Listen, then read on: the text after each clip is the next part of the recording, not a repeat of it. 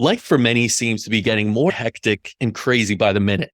But what if we were given the opportunity to take a break and recharge in our own personal meditation pod? Our guest today is an entrepreneur, an artist, musician who has a passion for enhancing well-being and productivity. With over 2 decades of experience in the startup world, he's recently ventured into the world of meditation with a unique twist, all within the confines of a quiet and private pod. This is the story of OpenSeed with Jonathan Marcoschamer. Jonathan, thank you so much for coming on and being a part of the podcast. Yeah, thank you for having me. Listen, you got 20 years in startup. You're an entrepreneur.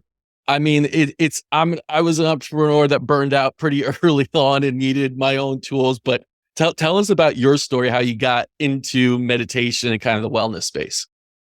Yeah, well, I was always involved in early stage companies and entrepreneurship. I mean, I studied at Babson College entrepreneurship. I was always a self-starter, always a risk taker.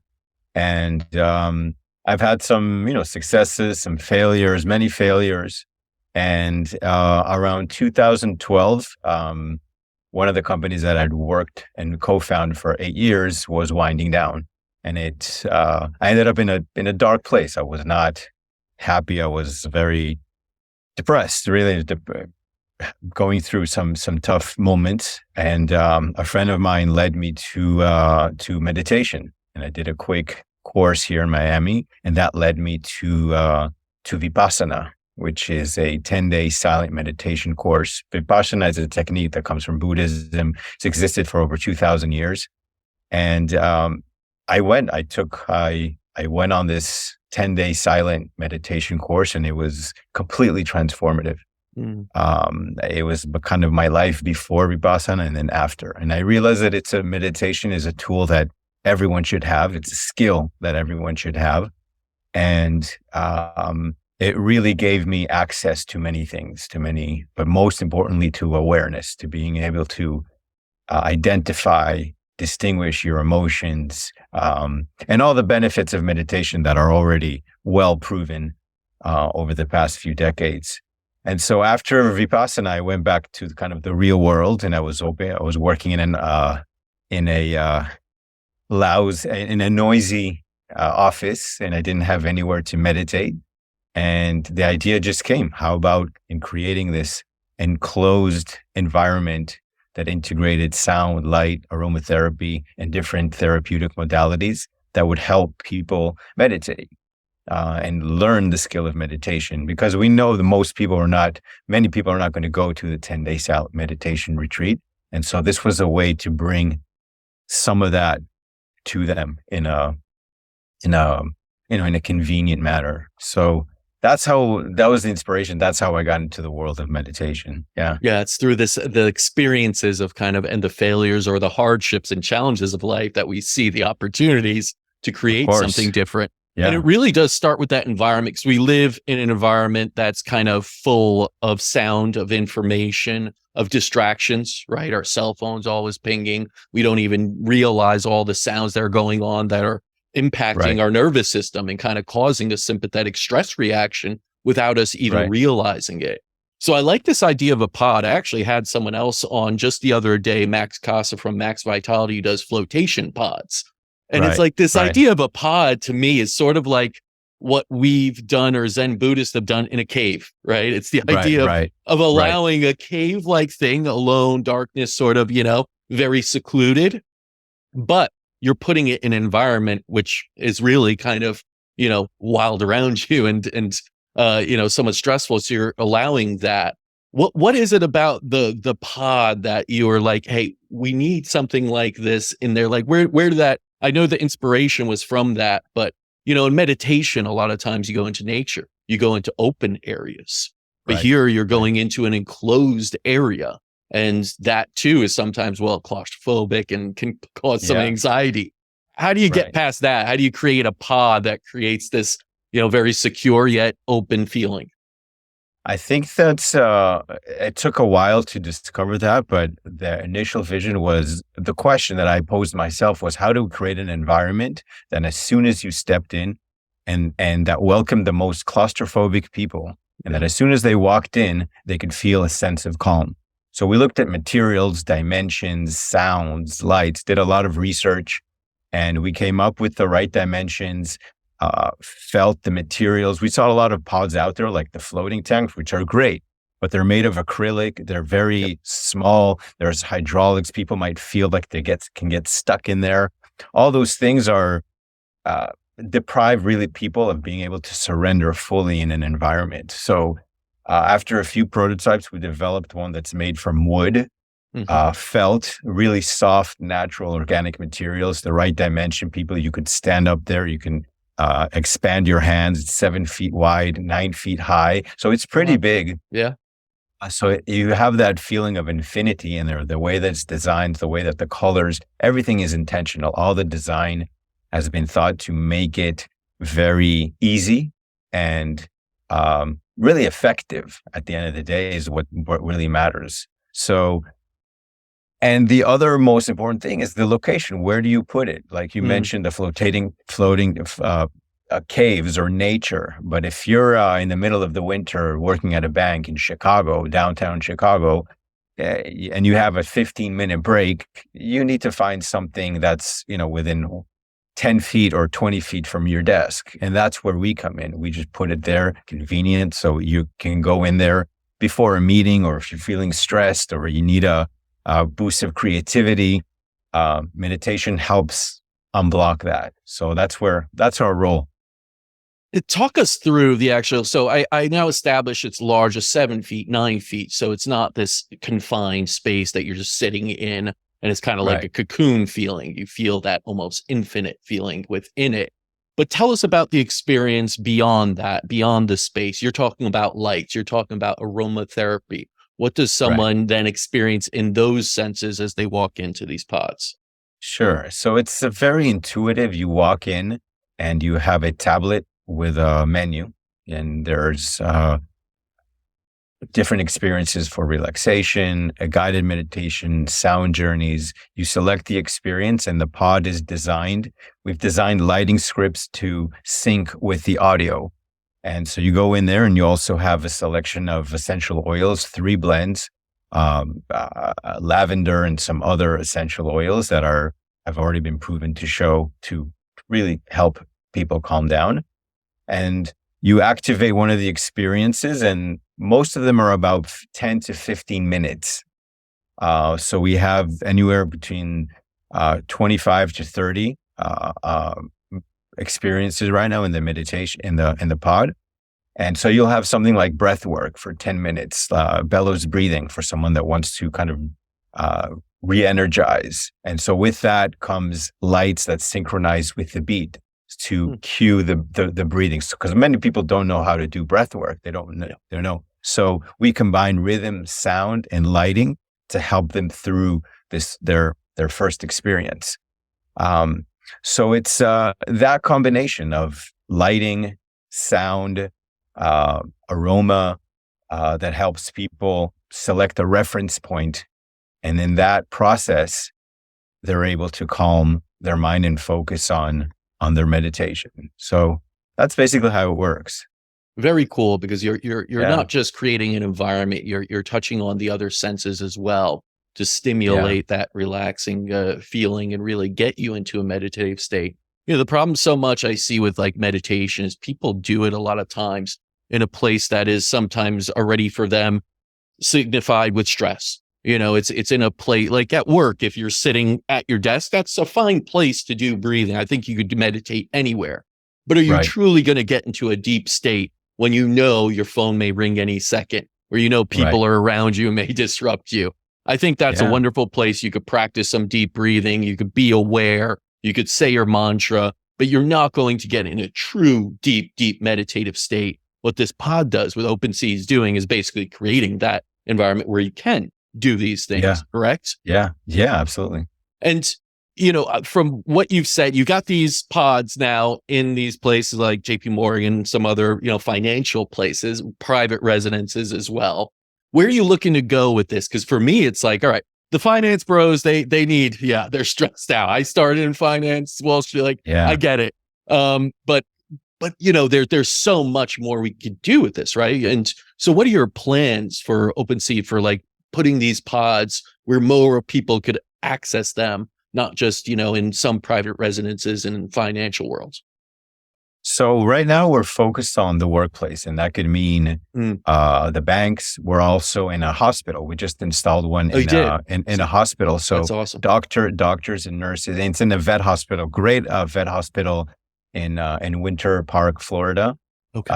Winter Haven, Florida. And yeah, the doctors and nurses are using it. It's right in the hallway, so it's not hidden. The pod is a reminder for the staff to even take a deep breath every time they see it. And if they get very stressed or it's part of their regular practice, they just go in there for 10 to 15 minutes. So our plan is to build on the success we've had already. The workplaces where we believe we have the greatest impact. Of course, there are wellness centers and spas, but that's kind of a different, people go there to have massages and different treatments. This is where we believe where we're really solving a problem. 17%, only 70% of employees in offices have meditation spaces. So there's a greater percentage of places that don't have spaces that are conducive for meditation or prayer or introspection so I think we're well positioned to solve that problem, and of course solve the greater problem of mental health that we're seeing right now. So that's our plan, at least for the short run. No, I love that you're in hospitals, because I do know that that's so necessary, not just for the staff or patient, anyone to use it there. Have you ever thought about schools? I just think about children nowadays, and I've always been such an advocate of we should be teaching children stress reduction techniques, meditation, breathe. These are the tools that will get them through depression, anxiety, everything we're seeing more and more of. I'm sure it's very tough for public schools to get on board with some of these things, but has there been any thought of that, or even notion of some private charter schools or anything like that trying to implement something related to the pod or meditation like that? Yeah, we've gotten inquiries from colleges and universities, schools. It's in our long-term plan. Essentially, what we're doing is building a technology platform that will power different types of pods. So, for example, now we have the Lotus pod, which is our high end. Then we're now developing the Iris pod, which is a little smaller. But as time goes, we'll see where we can really add value. So if it's kids pods that are much smaller, that can be powered by the same platform, the same technology, then we'll definitely go down that route. It makes perfect sense. I also agree 100% that if we can teach one generation of children how to meditate, this world's going to look a lot different. Absolutely, especially when you look at all the data coming out on the mental health crisis in children, right? Showing up at the ER with panic attacks and complete breakdown and everything. It's just wild. And I feel like we have to start to institute something. I know a recent collaboration you've done is with Deepak Chopra, correct? Yeah, correct. How did that come about? I mean, that's kind of like the guru of meditation in many ways, or at least very well-known name of meditation. Yeah, look, I've been very lucky. From the moment that I started this company, I developed a vision board, and I before I even met Dr. Chopra, I put his face on my vision board, and through my perseverance, I'm blessed with an amazing team and great network of people that are been amazing supporters. I had the privilege and honor to spend a few days with Deepak at a retreat, and yeah, we developed a partnership for content, for research. And so, we're about 2 weeks away from launching a series of 10 meditations, guided meditations that we produced together, that we recorded in New York. And I had the privilege of producing. As you know, I'm also a musician and producer. So this was truly a dream come true. And to have someone like Deepak on board is really an honor. So we're looking to develop that relationship and to bring in other meditation teachers and people, coaches and wellness instructors that can be part of the platform, of the content platform that we're building as well. So yeah. You mentioned vision boards, something I'm a big fan of: affirmations, visualizations. We try and teach patients about that, and, visualizing themselves healthy and everything. Do you feel meditation catalyzes the manifestation of visions?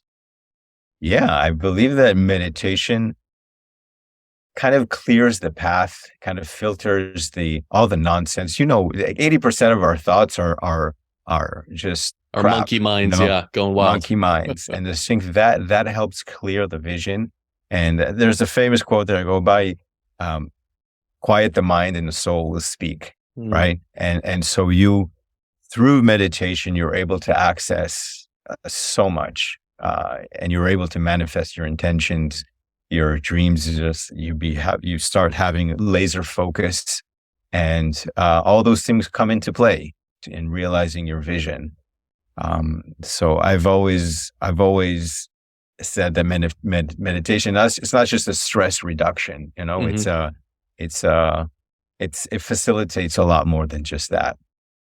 Now you have this larger unit, the Lotus, I believe, right? The Yeah. large 9 foot tall unit, quite large. You need open space for it. You have another unit coming out. It's probably going to be a little smaller, but a large population, myself included, lives in a New York City apartment where space is incredibly tight.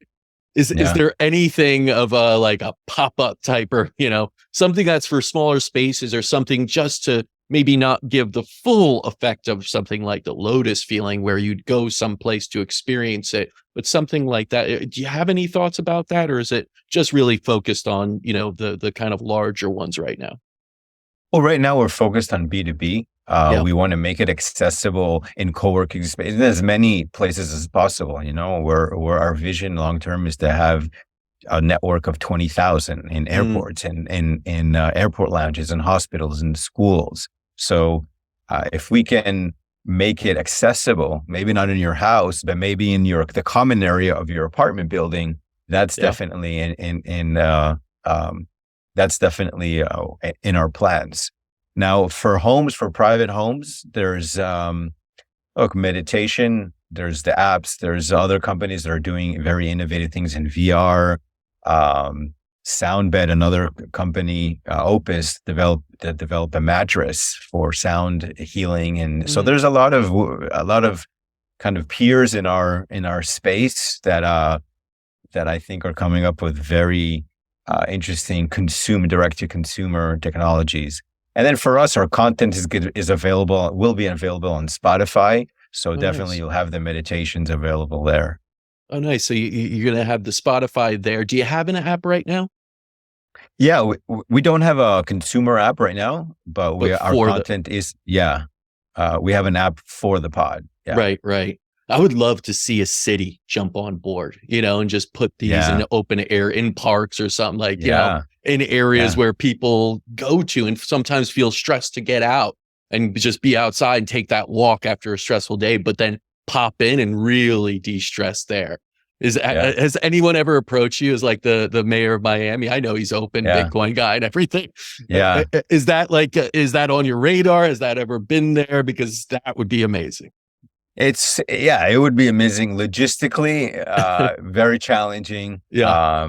Yeah, it's like, it'll become the porta potties of meditation, to Right. put it. Yeah, it's maybe not the best analogy, but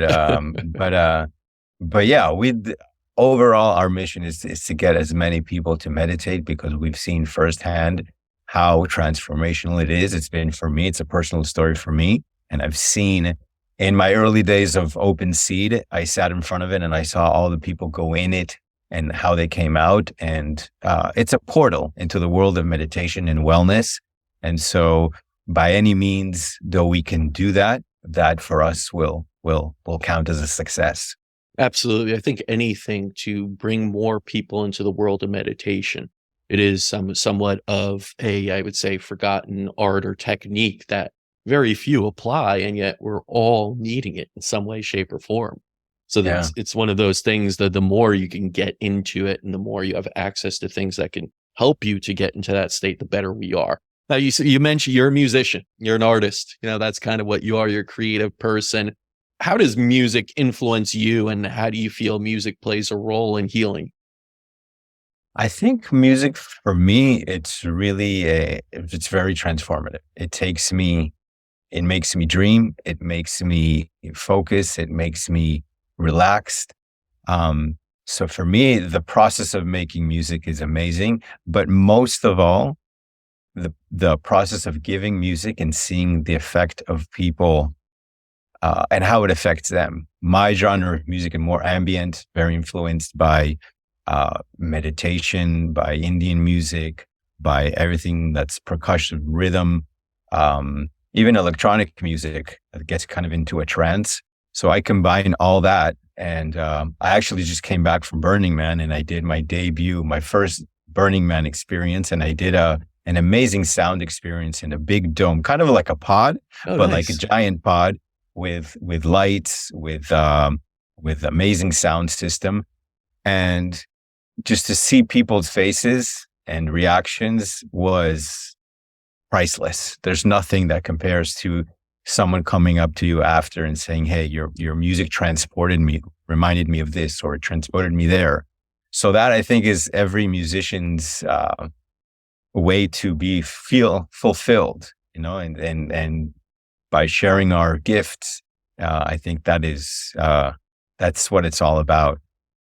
So music has always been very transformative, right? I think different genres, people resonate with different types of music, but as we know, music is scientifically proven. Different frequencies take you from certain brain waves to down to alpha waves, from gamma to alpha, and it's a matter of curating that. In our case, we have different experiences, different types of genres, so people can experiment what works with them, and obviously we capture data and are able to personalize the music and the sound frequencies to the people as they use the pod.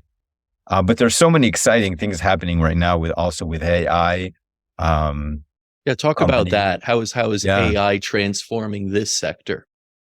So, for example, a company called Amy out of Austin, they have, or Endel, it's another app, that do AI-based soundscapes. So based on your feedback, they give you certain frequencies and different sounds, beautiful music, and also AI and science-backed. So there's a lot, and we're just, touching the tip of the iceberg right now of what's possible in AI-generated music. But at the end of the day, it does have to be guided by creativity, by someone's idea.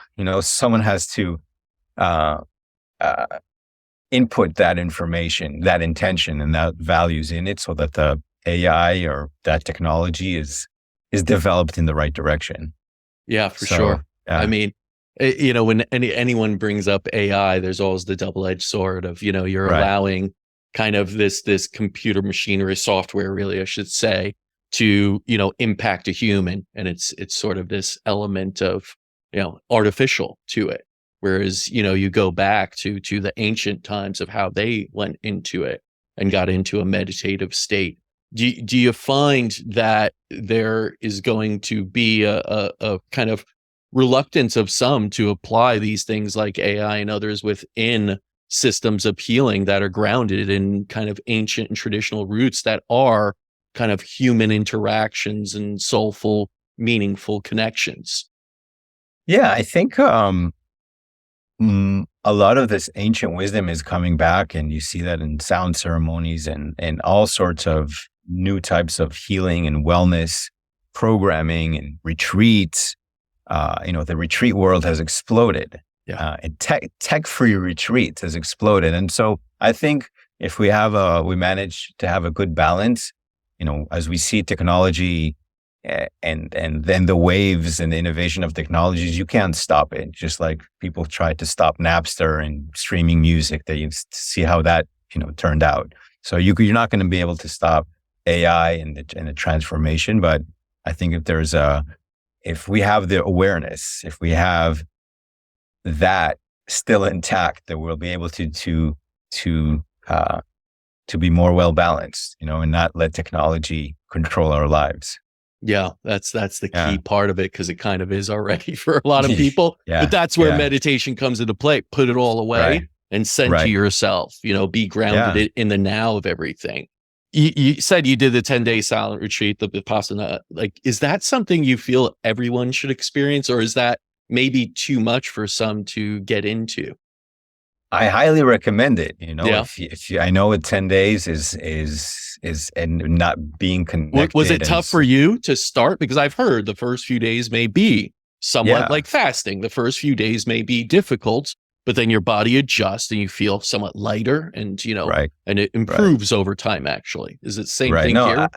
yeah, absolutely. The first 2 days, people drop out. You're in pain. You've never sat so many hours. Um, you got to sit on the floor. Your back hurts. You're trying to figure out why you're there. Why you did this. But I can promise that at least for me, on the fourth and fifth day, it was just this overwhelming bliss and peace. And I could have stayed another 10 days. After your seventh and eighth day, you're like, oh, I see how, Buddhist monks do this for the entire lifetimes, Hmm. or people. So it's highly recommended. Now there's others, not 10 days, there's 3, 4 days. But Vipassana, Hmm. is 10 days. That's the most kind of strict, technique. And it's worth it. It's an investment in time, but it's well worth it. Is this something you do on a regular yearly basis or so?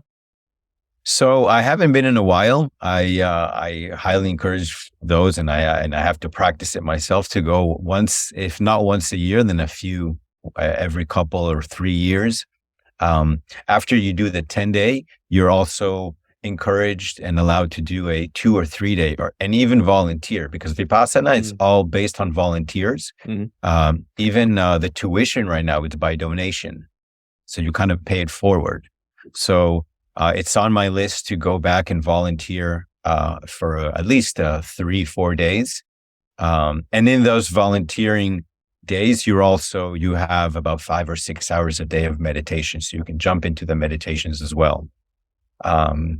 But yeah, I recommend everyone to have a meditation practice. I practice every day. I do an hour in the morning, and I try to do maybe half an hour before going to sleep. Is that in the pod or just at your house, or? It's my house, and here at the office, I'll go in for 15 minutes, kind of in the middle of the day. Instead of reaching for that second cup of coffee, Right. I'll go do some breath work to kind of get the blood flowing again. Or before a presentation or a podcast, I'll go in there for a quick meditation. Yeah. Something I found interesting, and I find this in myself a little bit too. You said you're obsessed to an OCD level with details, right? Yeah. Is that something you balance out? Because I'm like that too. And it sometimes really gets to you, right? Little things you see that some people don't. Yeah. And you're just like, whoa, that's all. And it starts to get you over and over time. Is that something you're balancing out with meditation and just mindfulness in general? Because otherwise I could imagine for someone in your position, like lots of startups, I'm sure like, there's bound to be lots of little details that just bug you. They're just out of place a little bit. And, that's a little bit of a perfectionism standpoint, which I'm, also guilty of at times. But, I feel like people always say, let me start. People always say that perfectionism is a terrible thing. I don't find it to be a terrible thing unless it overcomes you and stops you from action. If it actually does that. Right. But do you find that you could still have that OCD-like ability to pick out the details for a positive and balance it out with meditation and mindfulness? Yeah, absolutely. I think having that obsession with details and what we call OCD is actually very helpful in certain situations and certain applications, and how you channel it.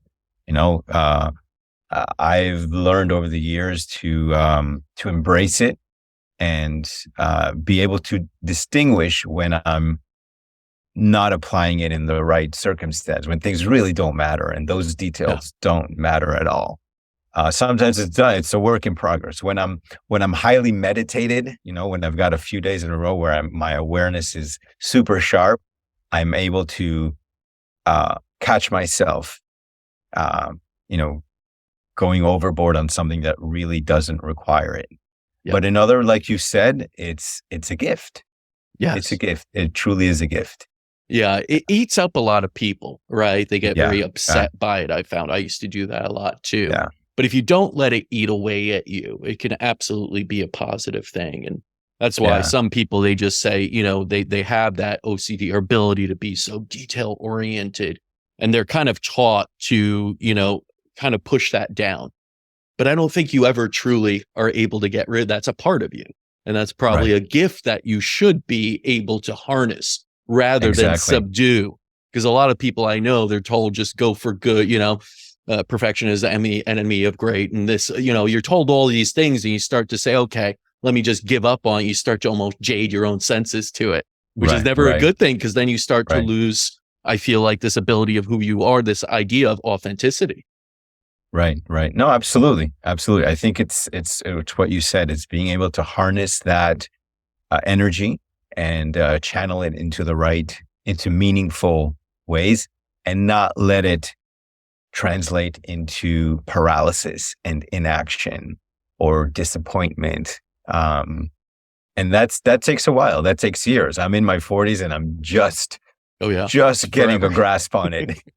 Yeah. It's a lifelong journey. Like I say, healing is a lifelong journey, because we're all always healing of something, right? We're all sort of patients to anything out there in the world. And it's a lifelong journey we have to embrace and go with. Let me ask you, Jonathan, is there anything you're excited about in the wellness sector? You're obviously at the forefront of this, of technology, music, wellness, all of that. Is there anything you're looking forward to into the near future that's really exciting you? Yeah, there's a lot going on. I mean, I think obviously AI is the big is the big category, the big space, and I'm looking forward to seeing how we can integrate that. And it's about how we come together and we put our values first, right? With that conversation's been going on for a while. And how do we balance capitalism and the need to create profitable companies with a high level of moral values in terms of technology addiction. Yeah, I think that's one of the things that I'm really passionate about. Because despite all my meditation practice, despite everything, I find myself going into the rabbit hole of social media and technology all the time. Mm-hmm. And so, I consider myself pretty aware and pretty trained. And so I feel that, I've been called to be a part of that solution. So, that's what I'm most looking forward to. I'm glad you could, put that out there and admit that as well, because it's sort of like, people suffer from what I think it's like I saw 57% or so say they're addicted to their self. They're just checking 144 times or more a day. And, you start to say, well, what is the other, 33 or 40% doing? They're still struggling with it at times. Like you could probably say you're not addicted, but you struggle with it at times. Right. And there's nothing wrong with that. It's just to admit that and recognize that, be aware of that, and move in a direction where you can find yourself more mindful, where you could put in a little extra time to balance that out with meditation and move back away from that, so you're not always checking there. I mean, do you find that will be, the pendulum will swing away from this idea that technology needs to be so, addictive, that you have to make money this way? Obviously, you're one person in this field that's going in that direction. Do you see that others are following and say, hey, you could absolutely make money, this isn't a scarcity mindset, and not have people fully addicted to technology? Yeah, it's a fine balance. It's a fine line. But I do believe that, ultimately, technology companies are driven by people, and they have their values, and they have their responsibilities to meet bottom lines.